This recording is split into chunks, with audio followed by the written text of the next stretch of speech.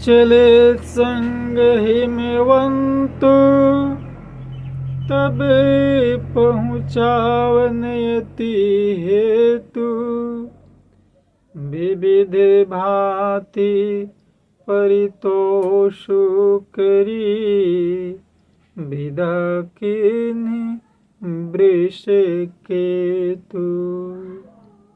इस प्रकार श्रद्धा और प्रेम के प्रतीक माँ भवानी और शिव की कथा आगे बढ़ गई।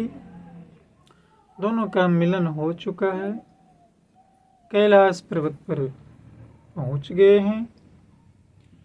देखिए, बाबा कहते हैं कि इस प्रकार शिव और पार्वती कुछ दिन तक अपना जीवन व्यतीत किए, समय साथ दिया। समय अनुकूल माँ पार्वती के गर्भ से सबसे पहले सुपुत्र स्वरूप स्वामी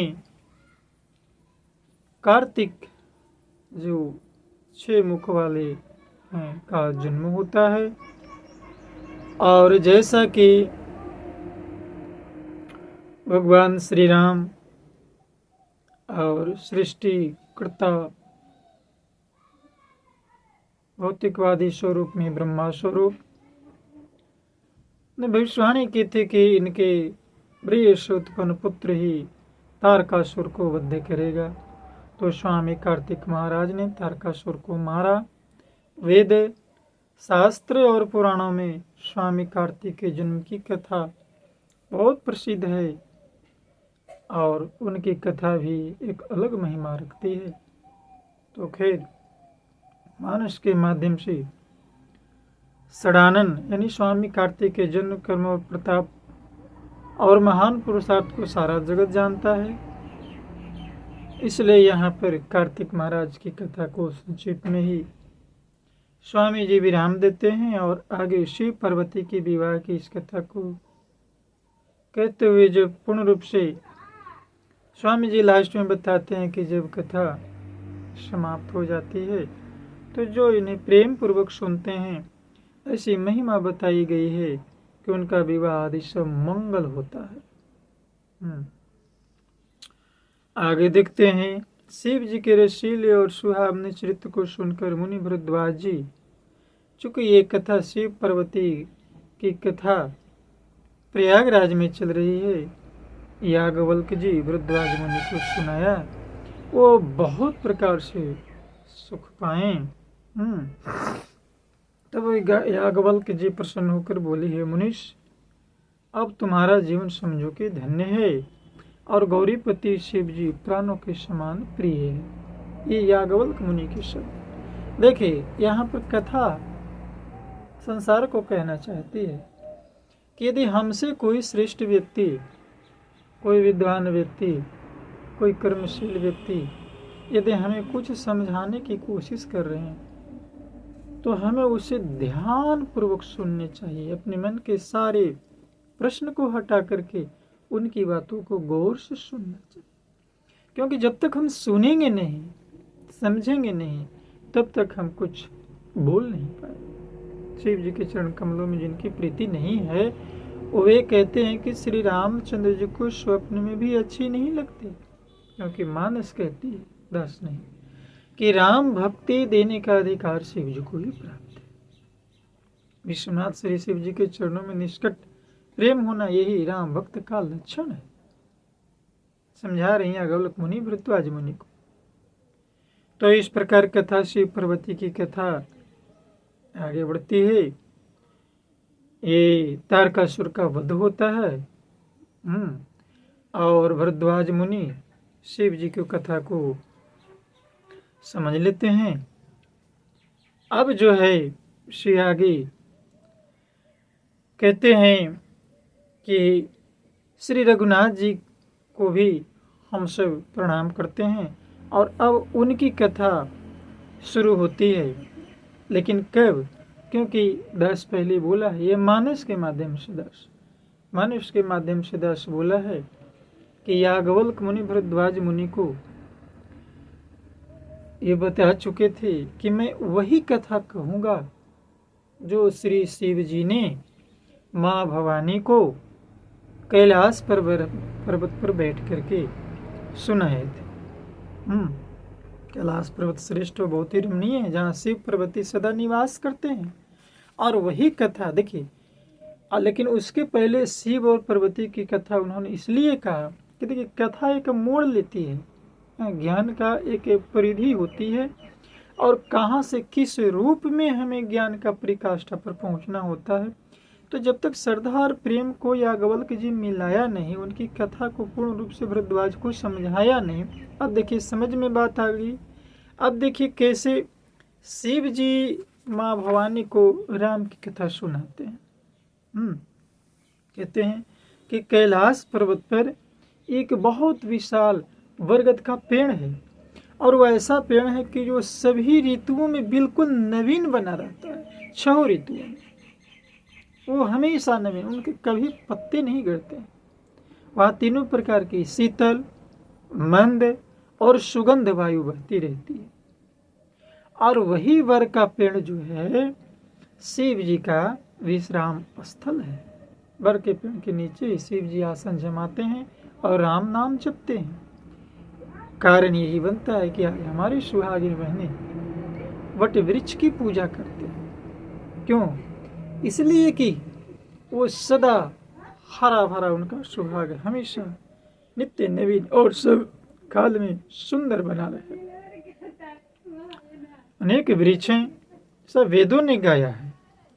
एक बार प्रभु श्री शिव जी उस वृक्ष के नीचे गए और बाहर ही आनंद पूर्वक अपने हाथ से बाघम्बर बिछाकर कृपालु शिव जी अपने वट के वृक्ष के नीचे आसन लगा करके बैठ गए बिना किसी प्रयोजन के।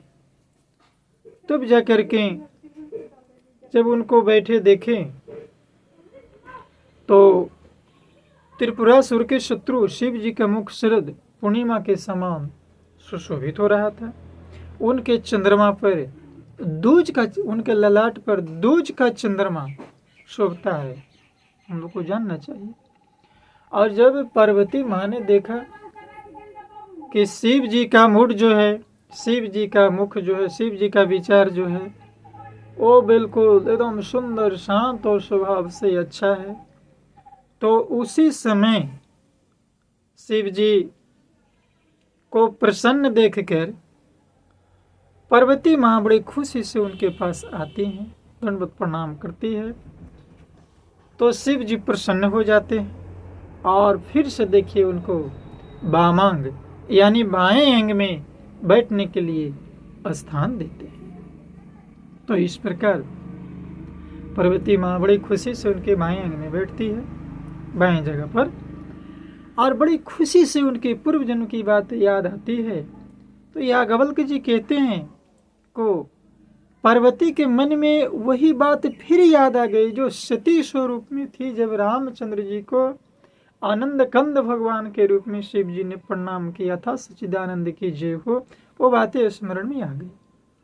देखिए कैसी विचित्र कथा है। पार्वती जी ने कहा, हे संसार के स्वामी, देवों के देव महादेव, आप त्रिपुरासुर के वध करने वाले हैं। आपकी महिमा तीनों लोक में चर अचर नाग मनुष्य देवता सभी लोग जानते हैं। आप शरणागतों के लिए कल्प वृक्ष। देखिए शरणागत की बात आती है। हे प्रभु, मैं फिर से आपसे प्रार्थना करती हूँ, विनती करती हूँ कि आप श्री रघुनाथ जी की नाना प्रकार की कथा कहकर हमारे अज्ञान को दूर कीजिए।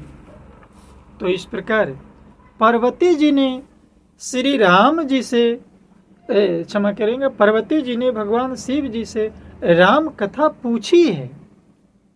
आज की माताएं अपने पतियों से, अपने स्वामी से पूछना चाहिए, ज्ञान सीखना चाहिए, ईश्वर के बारे में, चरित्र को जानना चाहिए। तो इस प्रकार उन्होंने बहुत ही विनय पूर्वक, और शिव जी भी बहुत प्रसन्न हैं, माथा टेक कर कहते हैं कि संत लोग जहाँ आर्त अधिकारी होते हैं वहाँ गुण तत्व भी उससे नहीं छिपाते। पार्वती जी कह रही कि यदि मैं आपकी दासी हूँ, उन्होंने पवित्र दासी हूँ, हालांकि स्त्री स्वभाव से कोमल वचन की होती है, क्योंकि ये माँ होती है ना। तो फिर भी उन्होंने प्रश्न किया कि पहले तो वह कारण बताइए महादेव जी कि निर्गुण ब्रह्म सगुण कैसे हो गया। देखिए यहाँ पर पहला प्रश्न उन्होंने किया कि निर्गुण ब्रह्म सगुण कैसे हो गए, क्यों हो जाते हैं। और फिर जो है श्री रामचंद्र जी के अवतार की कथा कही, उनके बाल चरित्र की कथा कही, उन्होंने श्री जानकी जी से विवाह किया वो कथा कही, और फिर बताया कि उन्होंने राज छोड़ा किस कारण से वो जंगल गए वो कथा कही, और वन में रहकर अपार चित्र किए तथा रावण को मारा वो कथा कही, वह मुख्य स्वरूप शंकर। फिर आप उन सारी लीलाओं कही जो उनके राय सिंहासन पर बैठकर की थी। फिर अद्भुत चरित्र कही श्री रामचंद्र जी ने किया था, रघुकुल शिरोमणि प्रजा सहित किस प्रकार अपने धाम को गए वो कथा कही। फिर सारे तत्व को समझा करके जो मुनिगण सदा मग्न रहते हैं, फिर भांति ज्ञान विज्ञान वैराग का विराग सहित वर्णन कीजिए। इस प्रकार पार्वती के अनेकों प्रश्न की झड़ी लग जाती है, और रामचंद्र की श्री रामचंद्र जी और भी उनके रहस्य जो छिपे हुए हैं, जो नहीं कहें उनको वो कथा कहिए, पूछिए दयालु छिपा कर न रखिएगा। पार्वती ने अंत में ये भी कहा कि जो हमारे द्वारा प्रश्न नहीं किए गए हैं, जो मैं नहीं पूछ सकी हूँ, कुछ छूट भी गया होगा हमसे महाराज, तो हमें वो कथा भी हमें सुनाइएगा। और जब प्रभु शिव जी के सामने महापार्वती शरणागत भाव से राम जी की कथा के बारे में तमाम तरह के ललायित भाव से विचार प्रकट किए, तो शिव जी बहुत प्रसन्न। और जो ही प्रसन्न हुए तो श्री महादेव जी के हृदय में सारे रामचरित्र आ गए। प्रेम के मारे उनका शरीर पुलकित हो गया और नेत्रों में जल भर आया। श्री रघुनाथ जी का रूप उनके हृदय में आ गए, जिससे स्वयं परमानंद स्वरूप शिव जी भी अपार सुख पाया। मगन ध्यान रस दंड जुगे पुनि मन बाहेर कीन, रघुपति चरित महेश तब हर्षित बर नैली। इस प्रकार शिव जी 2 घड़ी तक ध्यान के रस में डूबे। फिर उन्होंने मन को बाहर खींचा और तब वे प्रसन्न होकर श्री रघुनाथ जी का चरित्र वर्णन करने लगे। तो इस प्रकार अब देखिए महादेव पार्वती जी को श्री राम कथा सुनाना शुरू कर देते हैं, और अपने सच्चिदानंद स्वामी के बारे में, जैसा कि ये माँ पार्वती ने पूछा था, बहुरी कहु करुणायतन कीन जो अचरज राम, प्रजा सहित रघुवंश मने किमी गजविने निज धाम। हे कृपा धाम। फिर वह अद्भुत चरित्र कहिए जो श्री रामचंद्र जी ने किया। वे रघुकुल शिरोमणि प्रजा सहित किस प्रकार अपने धाम को गए, यानी शुरू से अंत तक राम के अवतार से लेकर के यानी अपने धाम को जाने तक की सारी कथा पार्वती जी ने पूछा है। अब शिव जी आगे कथा राम जी को पार्वती को सुनाएंगे। अब देखिए कथा यहाँ पर क्या कहती है, हमें विचार करनी चाहिए। आखिर कथा सुनने से हम क्या सीखा, हम क्या पाएंगे, क्या हमें परिवर्तन होगा है। जैसे दास आए दिन देखता है सुनता है, संत लोग कहते हैं कि अंधों के गांव में एक बार एक महावत हाथी लेकर आ गया। हाथी के गले में घंटी बंदी थी, टन टन टन टन टन टन। पूरे गांव में पता चल गया, चूंकि वो गांव अंधों का था। क्या है भाई क्या है, लोगों ने कहा कि हाथी है। सारे अंधे लोग दौड़े। हाथी के महावत ने पूछा तुम लोग क्या चाहते हो। लोगों ने कहा हम लोग हाथी देखना चाहते हैं। तो कहा ठीक है देख लो। हाथी को बैठा दिया। अब जितने भी अंधे, चूंकि आंख तो थे नहीं, किसी ने सूंड पकड़ा, किसी ने पूंछ पकड़ा, किसी ने हाथ के पैर पकड़े, किसी ने पीठ पकड़ा, किसी ने कान पकड़ा, किसी ने हाथी को दांत पकड़ा। जिसने जैसा पकड़ा उसका भाव वैसा आ गया कि हाथी ऐसा होता है। खैर, हाथी महावत लेकर गांव से चला गया। लोगों में झगड़ा शुरू हो गया। किसी ने कहा हाथी बिल्कुल लंबे खंबे की तरह होता है, जिसने पैर पकड़ा था। दूसरा जिसने पूंछ पकड़ा था बोला कि नहीं नहीं नहीं नहीं, हाथी पतले रस्सी की तरह होता है थोड़ा, जिसके एक छोर पर बाल होते हैं।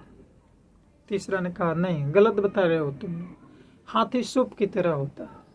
जिसने कान पकड़ा था, जिसने सूंड पकड़ा, कहा कि नहीं, हाथी पूरे भर के लगभग मोटे होते हैं, नीचे खंबे की तरह नीचे पतला होता है, ऊपर मोटा होता है।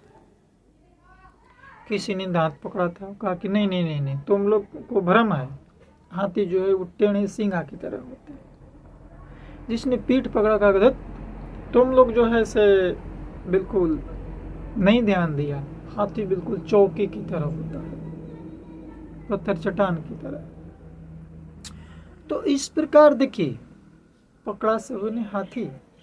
जिसने जिस चीज को पकड़ा, चूंकि आंख किसी झगड़े अंधों में होती है, आंख वाले को तो दिखाई देगा है। जिसने जैसा पकड़ा, आंख है नहीं, हाथी चला गया। कुछ दिन के बाद हाथी वाला फिर आ गया। गांव के लोगों को झगड़ा शांत नहीं हुआ था। समझाए कौन, सारे व्यक्ति तो अंधे हैं। फिर आया टन टन टन, फिर सब दौड़े, कहा कि भैया तुम लोग, हाथी लाया था, तो हाथी आने के पहले भी हम लोग अच्छे थे, सब तो आपस में लड़ मड़ रहे हैं, बात क्या हुई? तो बात हुई कि किसी ने कहा हाथी खंबे की तरह होते हैं, किसी ने कहा कि सूप की तरह होते हैं, किसी ने कहा कि रस्सी की तरह, किसी ने कहा चौकी की तरह, किसी ने कहा सिंघे की तरह। महावत बोला तुम लोग, अब देखिए प्रश्न है कि उनमें गलत कौन बोल रहा है, गलत कौन बोल रहा है? प्रश्न ये है कि उनमें सही कौन बोल रहा है, क्योंकि सबने हाथी को उनको पकड़ा है। न कोई गलत बोल रहा है और न ही कोई सही बोल रहा है।